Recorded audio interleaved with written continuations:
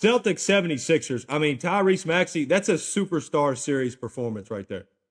That's the type of series that puts you into a superstar level, and he can maybe take the next step. 27 points per game, 7 assists per game, 5 rebounds per game, shooting it from 46 from the field, 42 from three, and 96 from the free throw line. I mean, Tyrese Maxey, he's a tough guard. I mean, great change of direction, change of speed, impossible to stay in front of, can finish at the rim, can shoot it off the bounce, can shoot it off the catch. Like, I mean, he went to Kentucky, and I'm a Kentucky fan, so I knew he was good. But man, he has improved and improved and improved, and he's really put skill next to his athleticism and quickness, and now you see what he is. And he's great for others now too. Like, that's the biggest thing that where star players got to take the next step for me is creating for yourself and then for others. If you want to be that superstar guy. Another thing about this series, the Celtics are insanely lucky that Embiid looked about 50% because a 2021, 2022 healthy Embiid probably scores 50 points a game in this series.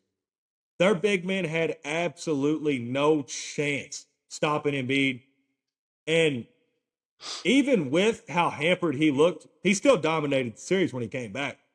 Because even at what looked like 50, 60%, they still couldn't guard him.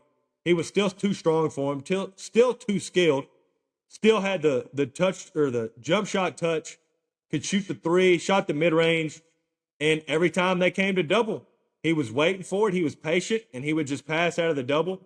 And if he didn't maybe get the assist sometimes, he got the hockey assist where he threw it to a guy, they helped on him, and then they made the next pass, and they made the shot. Like that, Embiid really, I mean, he was awesome in this series, even being like what I said was 50, 60%. The Sixers, too, another thing I loved what Nick Nurse did, he just played his guys. He just played who was playing the best. I mean, he did not go deep in the bench. He said, hey, I'm rolling with these guys. These guys are the best chance we got. And it worked out. You look at Maxey, Edgecombe, Embiid, and Paul George. I mean, they're playing almost all 40 minutes a game. In the last 3 wins, Maxey, Edgecombe, Embiid, and Paul George combined for 90 points a game between the four. Like, them four just took it over. And going forward, if Embiid's healthy, well, healthy-ish, I don't think any team has 4 better players on their roster besides maybe OKC. Because, them 4 dudes, Edgecombe as a rookie, having that type of performance, I mean, that's dog stuff right there. Tyrese Maxey, we talked about him. We talked about Embiid. And I know people like to crap on this guy, but Paul George I think he was awesome in this series. He shot 55% from three on almost 6 shots a game. He was really good on defense. He was physical. And another thing he helps with is if Maxey wants to get off the ball for a couple plays or Maxey's on the bench or their guards are on the bench, he could create himself. He could run a pick and roll. He could score for himself, create for others, like even late in the shot clock. He did it a couple times in Game 6. Paul George, like most superstars, kind of struggle to find that later, like role player role. He's really found it in Philly because this role he's playing now, he could shoot the ball off the catch. When they need him to create for others, he could do it for a couple plays. He could score when you need him. I mean, he had that tough step back in Game 7. Like, he could still do all those things, but he doesn't have to do it for a full 48 minutes. Like, I think at this age, he's really found what he's going to be for the rest of his career, probably. And in terms of the Celtics, man, I get you're an analytics team, but we can't keep shooting a three. It's different when you're making them. When you're missing them, you have to find another way to try to score. Like, they shot in their 4 losses, they shot 27% from three. And when they are struggling from three, they don't try to get to the free throw line. They don't try to shoot mid-range. They don't try to shoot any in-between shots. It's all layups or threes. They never try to get anything else. And at some point in the playoffs, teams are good enough and have a good enough scouting report. Well, they will keep you from shooting layups and shooting threes, and you will have to make the in-between shot or get to the foul line. And that's just the way it is. And another thing that hurt them was they're still playing the way they played when they had a much more talented roster. They're playing the way they played when they had Porzingis and Drew Holiday and some of these other big guys that were really good. And the problem was those guys could shoot the three and do your analytical stuff while also being great on defense and being able to do other things. The guys they got now, they could shoot the three, but when they're not making the three, they're not worth much else because they can't really play defense and they can't really create for themselves or others. So, like, when their threes aren't going down, they're not giving you much else. Drew Holiday, if his three wasn't going down, he's great on defense. Kristaps Porzingis, great shot blocker at the rim. Like, some of these guys they got now, if they're not making threes, like, they're not worth much. And I don't know if you would say this, but I'll say this. It ain't the 80s, man. We can't have 3-4 non-athletic white guys out there. You ain't got Larry Bird or Kevin McHale. Like, and I'm just being honest, like, it'd be different if you had a Cooper Flag white guy. Their white guys can't keep really people in front. They can't create for themselves. Like I said, they're not athletic. Like I said, they ain't Larry. You ain't got Larry Bird or Kevin McHale no more.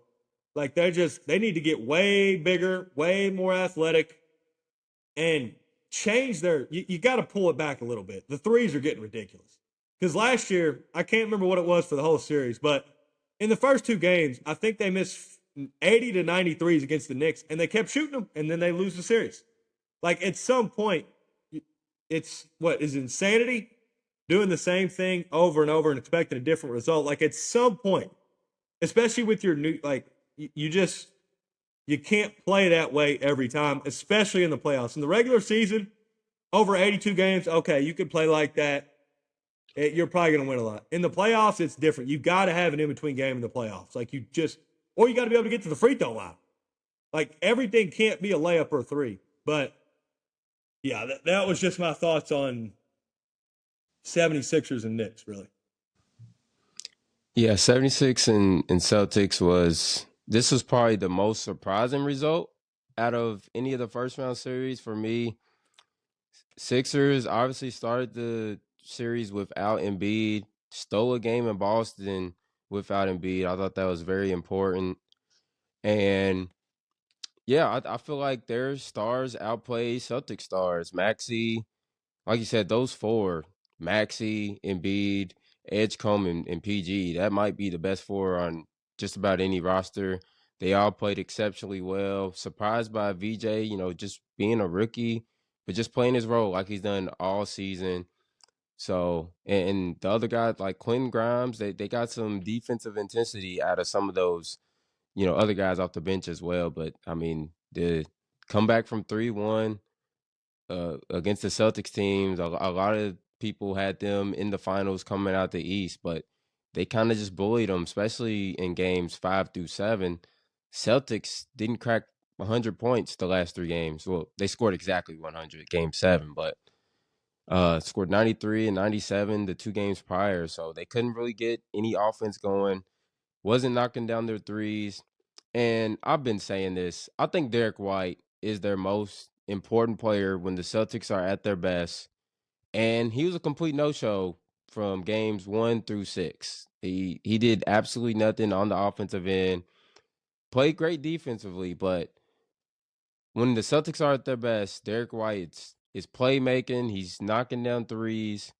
And yeah, the others did not show up in this series for the Celtics, and that's why they're going packing home. But I was very surprised by this because I know Tatum did not play Game 7. Celtics fans cannot use this as an excuse because they haven't had Tatum all season, and you've been just fine. So, but yeah, just Well, go ahead. and then in game, like, what if they were to use that as an excuse? I mean, what about Game 5 and Game 6 gave you any hope that if Tatum was playing, Right. that you were good? Like, is he going to make the other guys make threes? Is he going to be able to stop Embiid? Like, Yeah. if they were to use that as an excuse, I'd be like, I watched Game 5 and 6 when Embiid played, and there's nothing I saw that would make me change my mind about the 76ers winning again and again. Like, Exactly. to me, at least. Yeah. I agree. Good point there. And yeah, Embiid, the Celtics had nobody that could stop him. I mean, um, whether it was Vucevic or Kata, like Embiid was just and he was just dominant. And like you said, not even 100%. So just imagine him being 100%. It would have got even uglier. But yeah, Celtics. I don't know what you do from here. You got to get some.